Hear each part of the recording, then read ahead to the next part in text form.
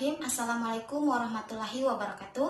Perkenalkan, nama saya Devia Puspita Yunus. Di video kali ini atau di video selanjutnya saya ingin melanjutkan materi kedua, yaitu tentang tujuan dan prinsip-prinsip BK di TK dan SD.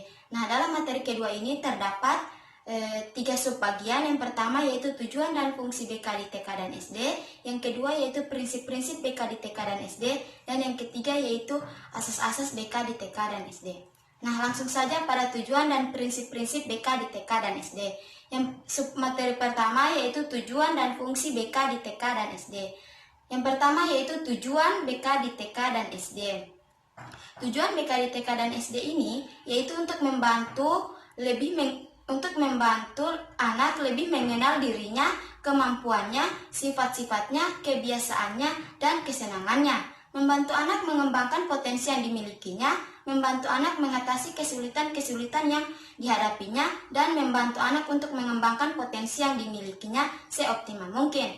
Di sini menurut Soekardi pada tahun 2008, tujuan umum dari layanan bimbingan dan konseling adalah membantu siswa mengenal bakat, minat, dan kemampuan serta memilih dan menyesuaikan diri dengan kesempatan pendidik untuk merencanakan karir yang sesuai dengan tuntutan dunia kerja. Yang kedua yaitu fungsi BK di TK dan SD. Menurut Prayitno menyebutkan bahwa fungsi bimbingan dan konseling di sekolah yang pertama yaitu fungsi pemahaman. Fungsi pemahaman di sini yaitu untuk membantu peserta didik memahami diri dan lingkungannya. Yang kedua yaitu fungsi pencegahan. Nah, fungsi pencegahan di sini membantu peserta didik mampu mencegah atau menghindari diri dari berbagai permasalahan yang dapat menghambat perkembangan pada dirinya. Dan yang ketiga yaitu fungsi pengentasan. Dari fungsi pengentasan di sini yaitu untuk membantu peserta didik mengatasi masalah yang dialaminya. Dan yang keempat yaitu fungsi pemeliharaan. Fungsi pemeliharaan dan pengembangan yaitu untuk membantu peserta didik memelihara dan menumbuh kembangkan berbagai potensi dan kondisi positif yang dimilikinya. Dan yang fungsi yang terakhir yaitu fungsi advokasi. Fungsi advokasi di sini yaitu untuk membantu peserta didik memperoleh pembelaan atas hak dan kepentingan yang kurang mendapat perhatian. Lanjut pada subbab yang kedua yaitu prinsip-prinsip BK di TK dan SD. Nah, yang pertama yaitu sasaran layanan. Sasaran layanan di sini artinya bimbingan diberikan kepada semua individu atau peserta didik, baik yang tidak bermasalah maupun yang bermasalah, baik pria maupun wanita, baik anak-anak, remaja maupun dewasa, baik yang kaya maupun yang miskin. Selanjutnya yang kedua yaitu permasalahan individu. Nah, artinya di sini bimbingan diarahkan untuk membantu individu agar dapat melakukan pilihan dan mengambil keputusan sesuai dengan latar budaya dan pemahaman masalah. Dan yang ketiga yaitu program layanan. Artinya di sini pelayanan bimbingan tidak hanya berlangsung di sekolah, tetapi juga di lingkungan keluarga, perusahaan atau industri, lembaga-lembaga pemerintahan atau swasta, dan masyarakat pada umumnya. Pelaksanaan program tersebut harus menyeluruh, fleksibel, dan perlu adanya evaluasi. Dan yang keempat yaitu tujuan dan pelaksanaan. Artinya, yang menjadi tujuan yang diharapkan setelah siswa atau individu mendapatkan layanan bimbingan dan konseling, diharapkan individu dapat mandiri dan dapat mengendalikan diri. Dalam pelaksanaan program tersebut harus dilakukan oleh ahli dan perlu adanya kerjasama dengan pihak-pihak yang terkait serta perlu adanya pengembangan program. Menurut Prayitno mengatakan bahwa prinsip merupakan hasil kajian teoritik dan setelah lapangan digunakan sebagai pedoman pelaksanaan sesuatu yang dimaksudkan. Jadi dari pendapat yang dijelaskan tadi dapat disimpulkan bahwa prinsip-prinsip bimbingan dan konseling merupakan panduan hasil teori dan praktek-praktek dirumuskan dan dijadikan pedoman sekaligus dasar penyelenggaraan pelayanan. Dan yang subbab materi ketiga yaitu asas-asas BK di TK dan SD. Asas-asas bimbingan dan konseling merupakan jiwa dan nafsu dari seluruh kehidupan layanan bimbingan dan konseling.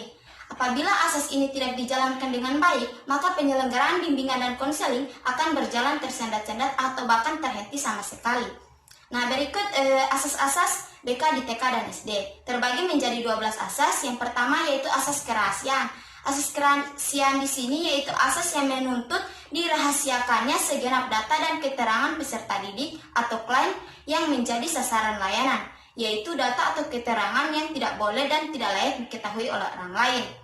Maksudnya, jika seorang konselor sudah mengumpulkan semua data-data dari si klien, maka data-data tersebut tidak harus diberitahukan atau diketahui oleh orang lain, seperti itu. Kemudian yang kedua yaitu asas kesukarelaan. Asas kesukarelaan di sini yaitu asas yang menghendaki adanya kesukaan dan kerelaan peserta didik atau klien mengikuti atau menjalani layanan atau kegiatan yang diperuntukkan baginya. Dan yang ketiga yaitu asas keterbukaan. Asas keterbukaan di sini yaitu asas yang menghendaki agar peserta didik menjadi sasaran layanan atau kegiatan, bersikap terbuka dan tidak berpura-pura, baik dalam memberi keterangan tentang dirinya sendiri maupun menerima sebagai informasi materi dari luar yang berguna bagi pengembangan dirinya. Nah, maksud dari asas keterbukaan di sini, si klien harus terbuka terhadap konselor dalam melakukan kegiatan atau layanan yang diperuntukkan baginya, seperti itu. Kemudian yang keempat yaitu asas kegiatan. Asas kegiatan di sini asas yang menghendaki agar peserta didik yang menjadi sasaran layanan dapat berpartisipasi aktif dalam penyelenggaraan atau kegiatan bimbingan. Dan yang kelima yaitu asas kemandirian. Asas kemandirian di sini yaitu asas yang menunjukkan pada tujuan umum bimbingan dan konseling, yaitu peserta didik sebagai sasaran layanan bimbingan dan konseling diharapkan menjadi individu-individu yang mandiri dengan ciri-ciri mengenal diri sendiri dan lingkungannya, maupun mengenal keputusan, mengarahkan serta mewujudkan diri sendiri. Dan yang keenam yaitu asas kekinian. Asas kekinian di sini yaitu asas yang menghendaki agar objek sasaran layanan bimbingan dan konseling, yakni permasalahan yang dihadapi peserta didik atau klien dalam kondisi sekarang. Dan yang ketujuh yaitu asas kemandirian. Asas kemandirian di sini yaitu asas yang menghendaki agar isi layanan terhadap sasaran-sasaran layanan peserta didik hendaknya selalu bergerak maju dan tidak monoton dan terus berkembang serta berkelanjutan sesuai dengan kebutuhan dan tahap-tahap perkembangan dari waktu ke waktu. Kemudian yang kedelapan yaitu asas keterpaduan. Asas keterpaduan di sini yaitu asas yang menghendaki agar berbagai layanan dan kegiatan bimbingan dan konseling baik yang di lingkungan dilakukan oleh guru, pembimbing maupun pihak lain yang menunjang harmonis dan keterpaduan.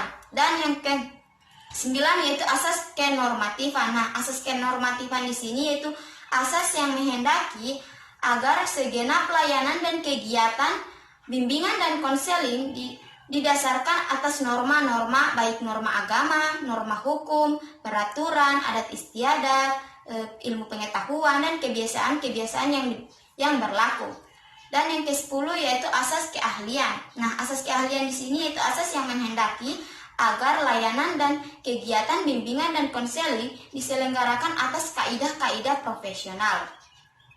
Dan yang ke-11 yaitu asas ahli tangan kasus. Nah, dari asas ini yaitu yang menghendaki agar pihak-pihak yang tidak mampu menyelenggarakan layanan bimbingan dan konseling secara tepat dan tuntas atau suatu permasalahan peserta didik kiranya dapat mengahli tangan kasuskan kepada pihak yang lebih ahli, seperti itu.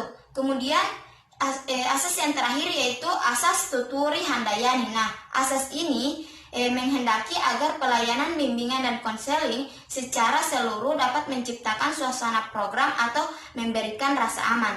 Nah, terima kasih. Hanya itu yang dapat saya sampaikan di materi kedua ini. Mohon maaf bila ada salah-salah kata. Wabillahi taufiq wal hidayah. Wassalamualaikum warahmatullahi wabarakatuh.